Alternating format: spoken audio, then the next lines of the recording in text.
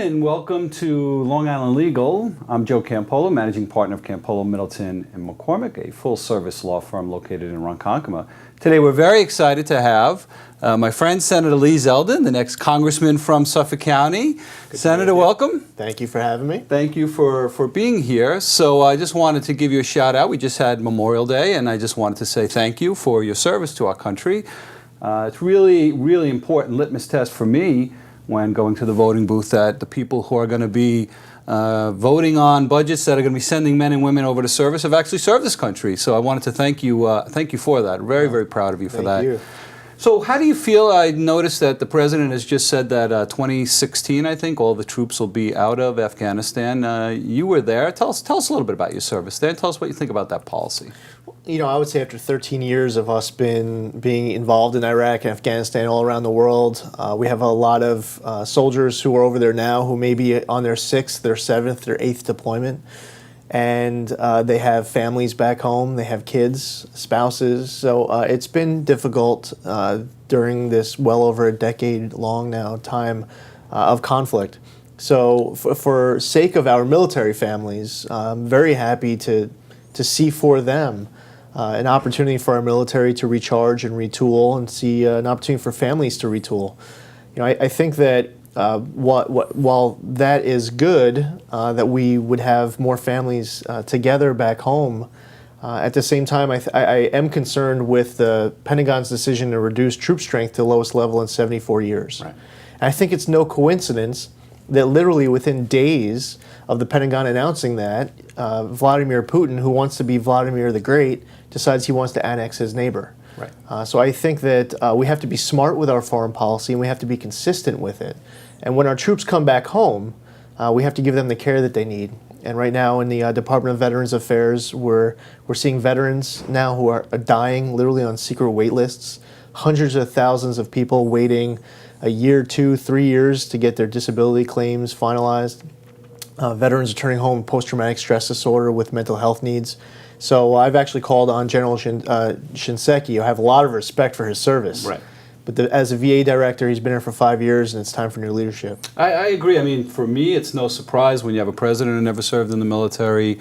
Even our own congressman out here in Suffolk County, the current one, hasn't served in the military. I mean, when people don't serve, they don't focus on it, right? And to me, probably the most important thing for the federal government and our commander-in-chief and our Congress to do is make sure we're safe and make sure the men and women who are taking care of us are taken care of as well, you know, when they return home. Yeah. You know, and that to me is, you know, one of the very big reasons why I'm a strong supporter of you getting into the federal branch of government at this point. Well, I appreciate that. And about 40 years ago, 3/4 of Congress were military veterans. Right. And that number is now 1 in 5. Right. That number was even higher coming out of World War II. And I think that, you know, when you look at last year's budget that was passed by Congress, where there was so much low-hanging fruit as far as efficiencies in our federal government that went completely unaddressed, and you saw the Congress just kicking a can down the road, yet they were cutting the retirement benefits for our military veterans. Right.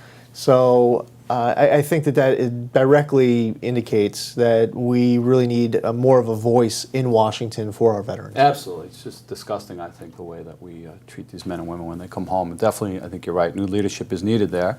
So how's the campaign going? How you doing? How's your family doing? Everything's going well? We're doing great. We're staying very busy. You know, the district, it's 8 towns. This time of year, right. It might be a little bit longer to do certain stretches when you get out to the East End. But we try to make it to as many events as we possibly can, try to meet as many voters as we possibly can.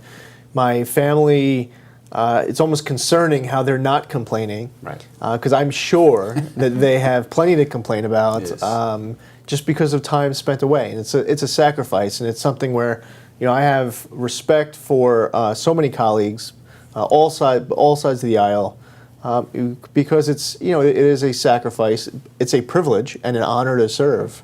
But yeah, you know, you might miss, you know, a softball practice for your kids one day, and it rips your heart. Yeah, and I would like to again thank your family. I mean, so much effort I know goes into families that are supporting, you know, supporting campaigns.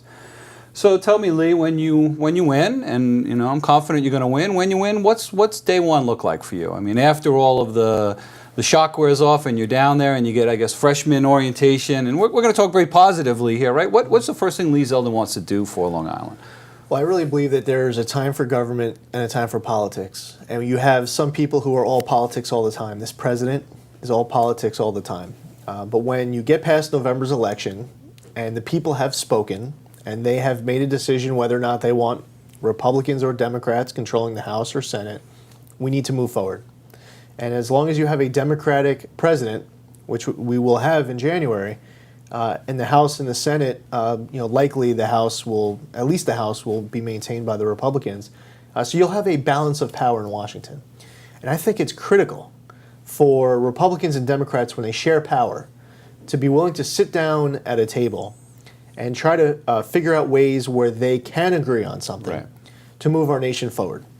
And the dysfunction that's plaguing Washington with our economic issues, with budgeting, with debts and deficits, the inconsistency in our foreign policy, our education policies, Obamacare and healthcare, obviously, it's something where there's strong disagreement.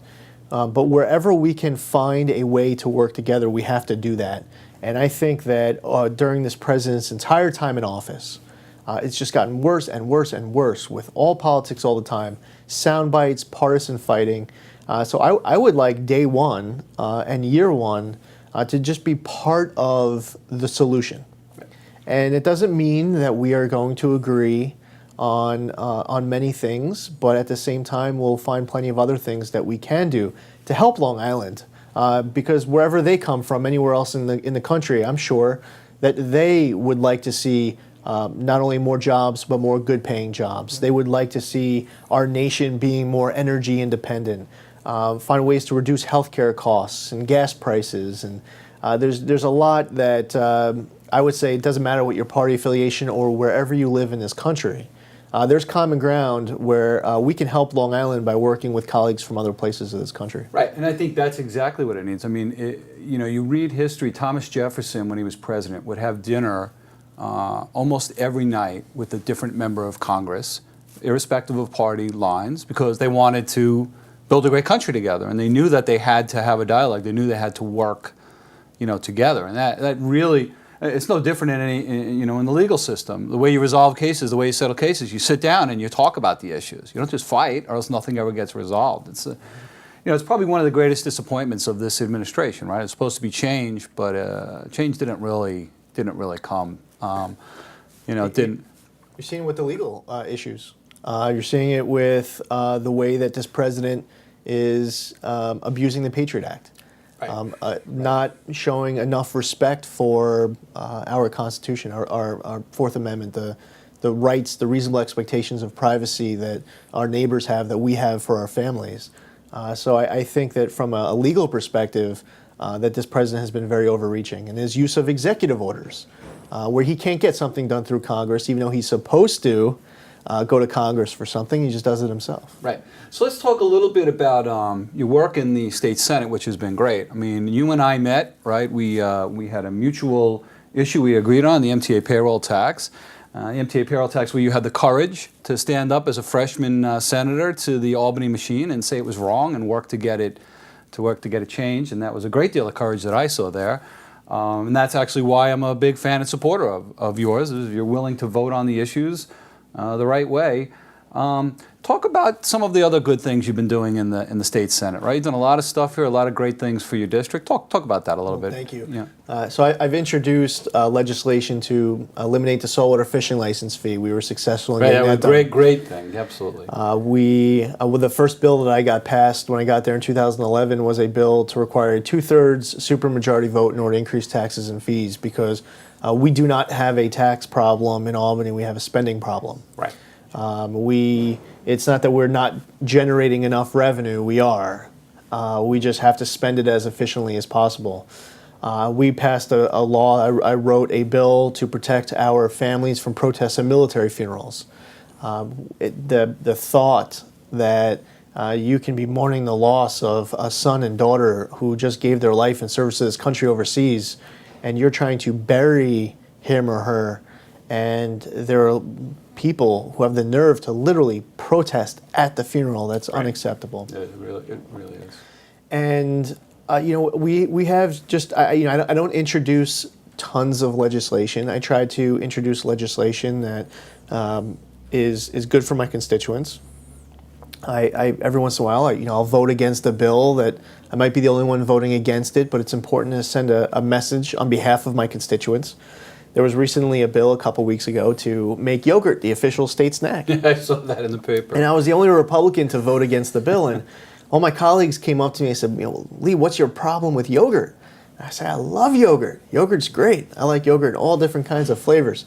I just know that my constituents, when they send me up here, they sent me up here to protect their liberties. They want me to cut their taxes. They're not sending me up here to make yogurt the official state snack. That is a great move. Let me tell you what a great move it is to vote against that. That's the frustration that voters feel, right? When issues like that are actually being debated, that's the frustration that we as voters feel. And I like that you're not just proposing bills aren't going to pass so that your name can be in the headlines. You're a shovel and pick guy. You're a guy who actually gets the hard work done.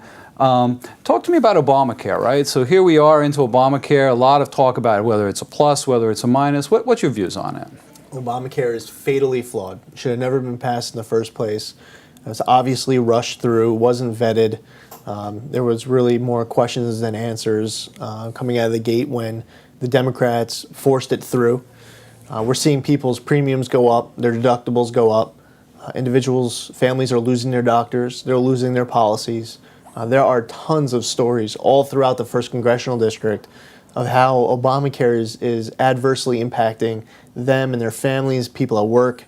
So I believe that Obamacare needs to be repealed. I don't think that it has had the desired consequences for those who are advocating so strongly for its passage.